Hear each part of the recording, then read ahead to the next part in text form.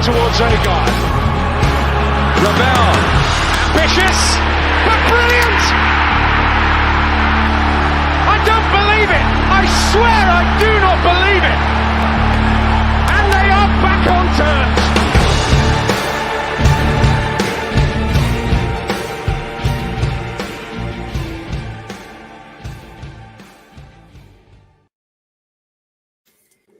Hello, welcome to the Rotherham United Podcast Live.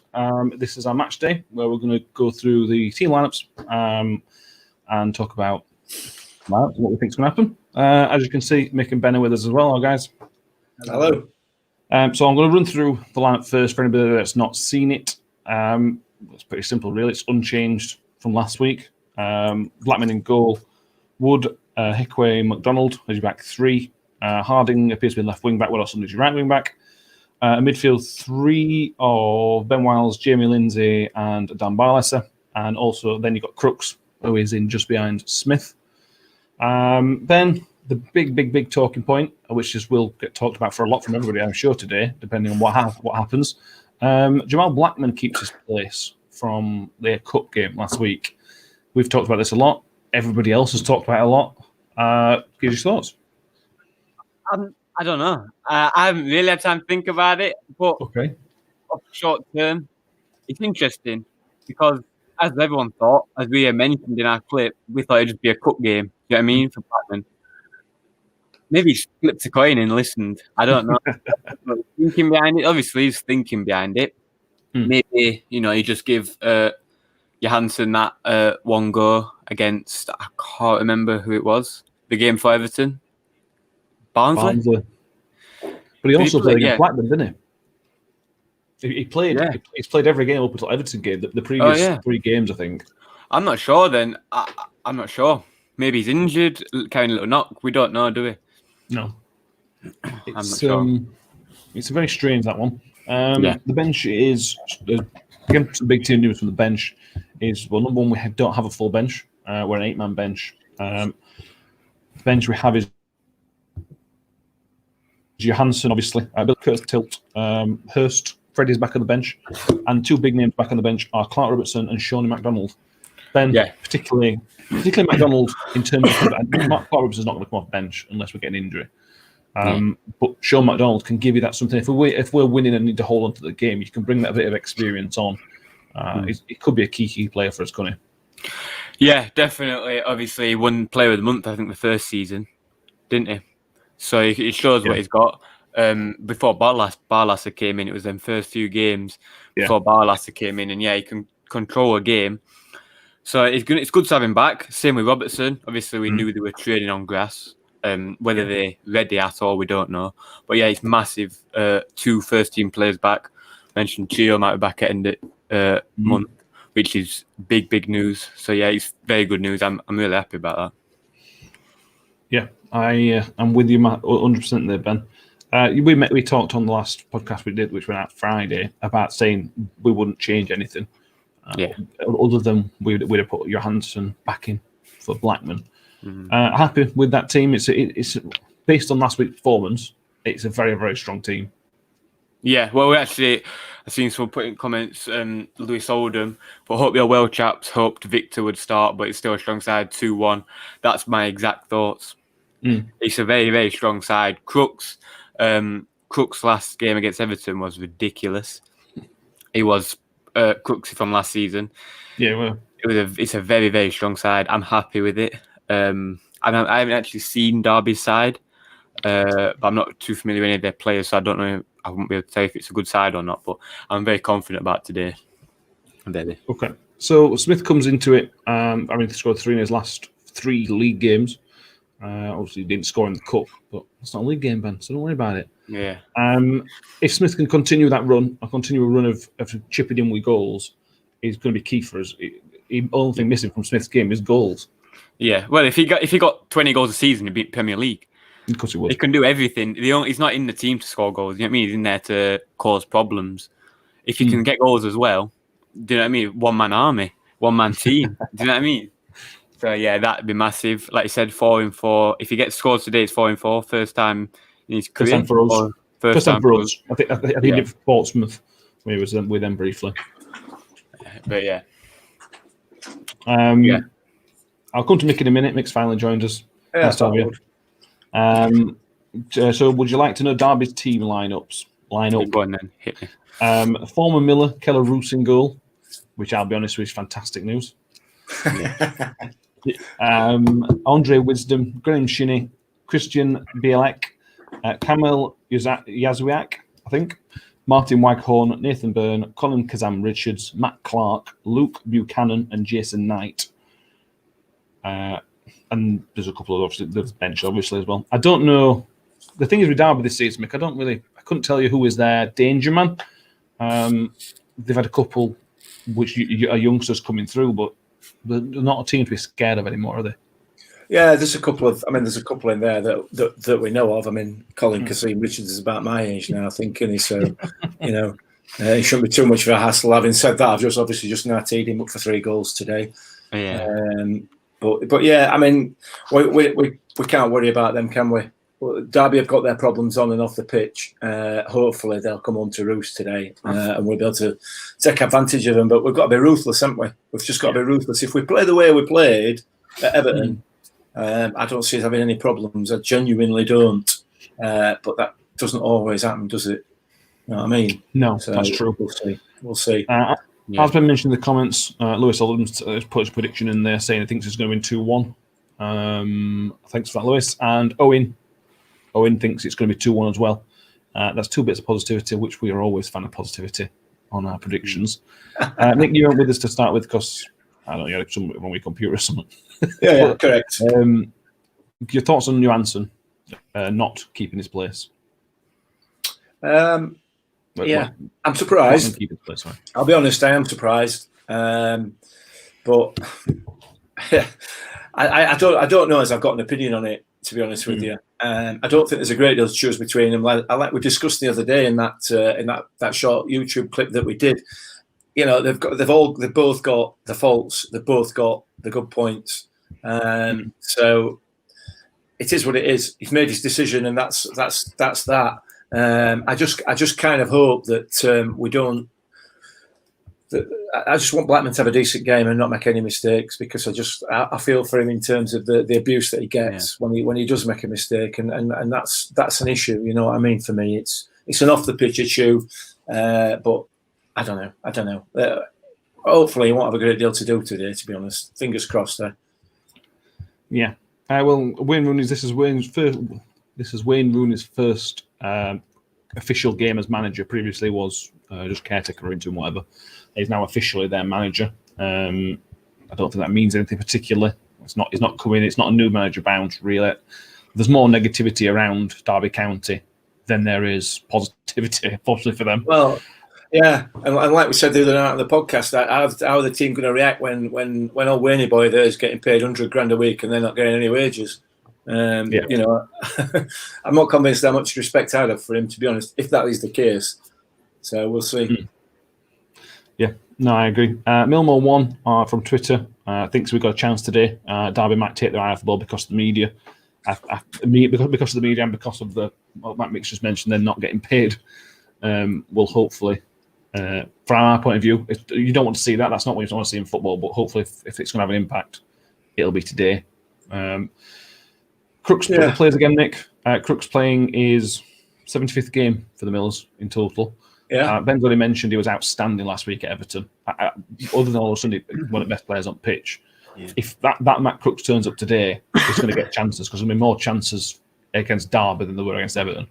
Yeah, without a doubt. We've got. I mean, one step at a time for Crooks. He's sort of back now, playing the way he was back in the last season, or for the majority of last season as well. But he's got to find his shooting boots as well.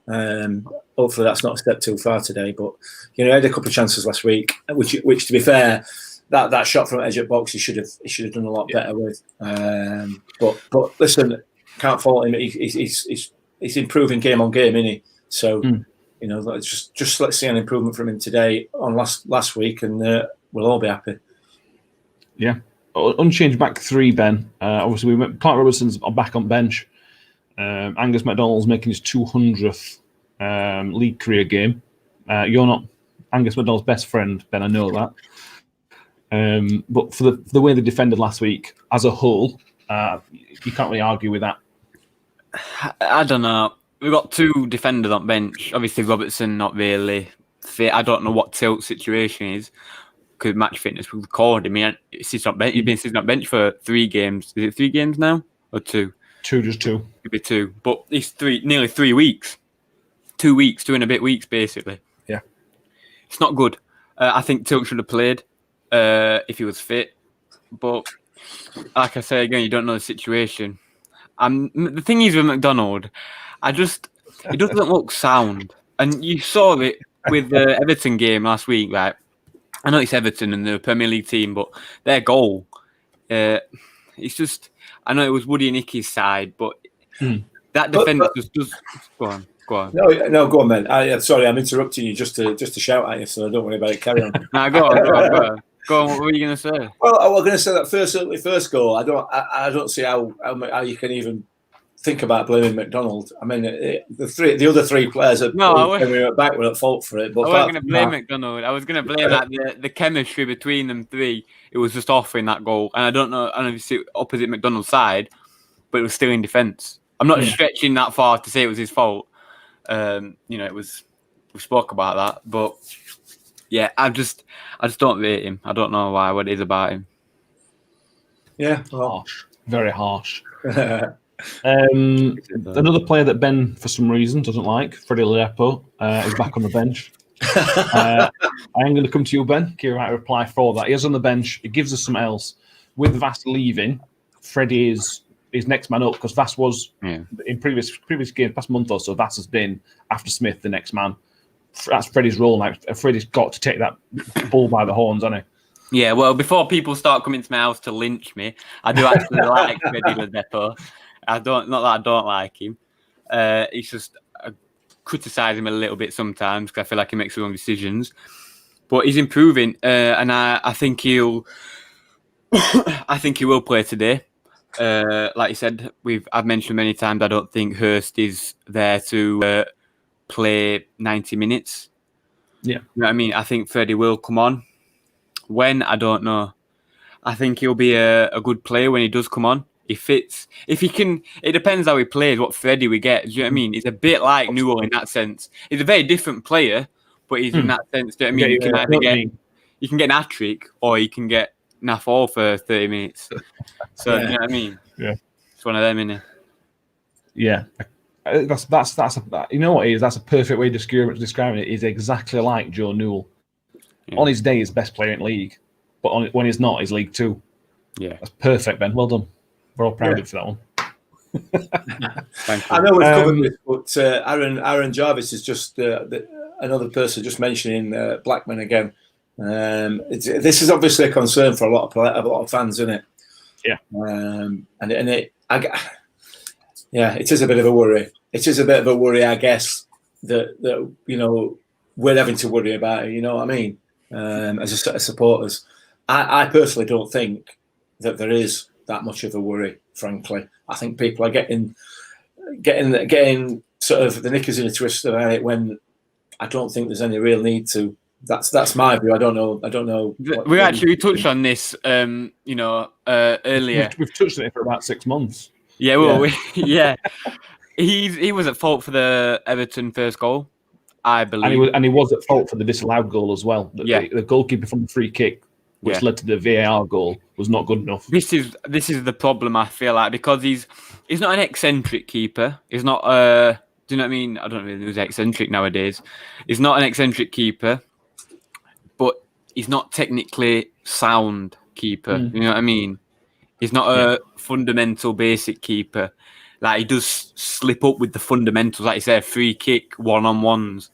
I think that's where a lot of people, kicking is really, really what lets him down. I think that's probably why a lot of the fans see, because the fundamentals show a lot, and if you're not good at them, it's going to show up. He does make some good saves, but then he'll blow it by doing a basic mistake. Do you know what I mean? Yeah. I also think there's extra pressure being a loan player. You look at the players that loan come in. Barley is a good example last year. When he came in on loan last year, we were promised this really good player from Accrington. And for 2 or 3 months, it just didn't happen. And you could see the pressure built up and built up and built up. And then it clicked. Then he turned into his best player. But if Blackman was our player, if we owned him, I think that takes away a bit of pressure because you want him to do a bit better. If you don't want to be bringing in necessarily a lone player to make him crap to be good, you need him to be good already, and then maybe improve him to be brilliant. That's the whole point. He's coming from Chelsea. The thing is as well, Blackman, he's all his career, right, he's been one of them Chelsea players that they brought about 10 million young players in, didn't they? They brought kids like De Bruyne, all of these players, right? Sent them out on loan. And Blackman's one of the people that weren't world class, so he just got treated awfully. Does that make sense? And I think look at Chelsea this week. But you've seen that Lucas Piazon's left Chelsea. Yeah, he's been there for 10 seasons. He's been on loan for the last 8. Yeah, that's what happens at Chelsea. This is what I mean. I feel like it's bigger with that as well. Obviously, breaking his leg. He's just everywhere he goes, he's trying to reignite his career, and it just puts more pressure on himself. And I feel like that's where maybe his downfall is. He needs a permanent move. Going on loan, there's instant pressure, like I just mentioned, for going on loan. But if you went somebody permanent for a 3-year contract, let's say, there's instantly less pressure. There's probably not very many clubs that can afford to pay his wages, the wages that Chelsea will have been paying him, will they? So, you know what I mean? Yeah, and a similar point, George Hurst, Millman One's mentioned, asking about George Hurst. Similar to sort of Blackman, we promised this really, really good player. He's scored 1 million goals or whatever it is for Wednesday's youth team. He's a youth international. He's not quite cut it yet. We talk a lot about George Hurst because he tries hard, Mick, but he just seems to be missing those basics of being a striker. He needs a season getting battered. Is what he needs. I know that. I mean, I know that's a bit old school and a bit sort of, but that's precisely what he needs. He just because he's not wise enough. He's not cute enough. He's just not switched on enough to be able to perform at this level at the moment. I'm sure he will be. You know, I'm sure he will be a really, really good player. But I'm not convinced that he's going to be Championship or Premier League quality. At the moment, I don't see enough of him. But then, obviously, what am I? I'm just a Rotherham fan. You know what I mean? I'm not a scout out like that. But you know, he's not showing those little flashes that you see that you saw from Dan Barlaser when he came in last season. At the beginning of the season, he were crap. He lost the ball a lot. But there were periods, there were times when you saw what he could do. You knew that he had it in his locker. I'm just not seeing that with George Hurst at the moment. And I think everybody, the vast majority of people, seem to be of a similar sort of opinion as well. So, you know, we'll have to wait and see. It looks like he's staying, as is Blackman, which I don't have a problem with Blackman staying at all. I'm not convinced that George Hurst staying is the right decision for Rotherham United. But we obviously don't know the background to that, do we? No, but with Vas going, it gives Freddie a chance and it gives Hurst a chance. The thing is, as well, at some point. I was about to say, obviously, I've said I don't think Hurst is here to play 90 minutes, but can we afford that anymore? Well, obviously, we don't know what's happening, but he's not. We're in a relegation fight. I mean, we're not fighting for playoffs anymore. We can't afford to have a development player, especially with Vasco. We've got 2 strikers essentially, 2 first-team strikers. Well, yeah, okay, 2 because Hurst. Do you know what I mean? You might as well put me on for 20 minutes at the minute. You keep saying this, Ken. Yeah, I know. Maybe I should get my boots out. Yeah. Ducker on the comments has mentioned on Blackman that apparently we tried to send him back and Chelsea didn't fancy that. Aaron Ducker, cheers to that. Interesting. The thing with loans is they are a two-way street, aren't they? It's all right us saying, we don't want Blackman. Unless there's a break clause, it's not as simple as that. Yeah. But as I say, so I'm pretty happy, Ben, with the team line up. Other than potentially Blackman, I think we look pretty solid. We're going to wrap up in a couple of minutes. You want to give us your sort of how you think today is going to go, Ben. What prediction wise? Yeah, I think that's what he means. We're having a few technical issues in terms of Wi-Fi here, aren't we? Like a lot of people put in the comments 2-1. I think 2-1. I can't remember what I said on the preview podcast, but I'm going to change it to 2-1 because it just feels like one of them games. I think we're going to win. I think there's no doubt in my mind that we're going to win. So I think I'm going to go 2-1. Fantastic. If everyone sends their predictions on Twitter and Facebook, we'll get them read out as well. Mick, what do you think? Well, I said during the podcast that I was thinking about a 2-2. I'm still thinking it's going to be a draw. I hope I'm wrong, and I hope if we, like I said, if we perform like we performed against Everton, we'll win the game, no question. I'm sure. It's just whether we can bring that together. So we'll see. 2-2 I'm going for.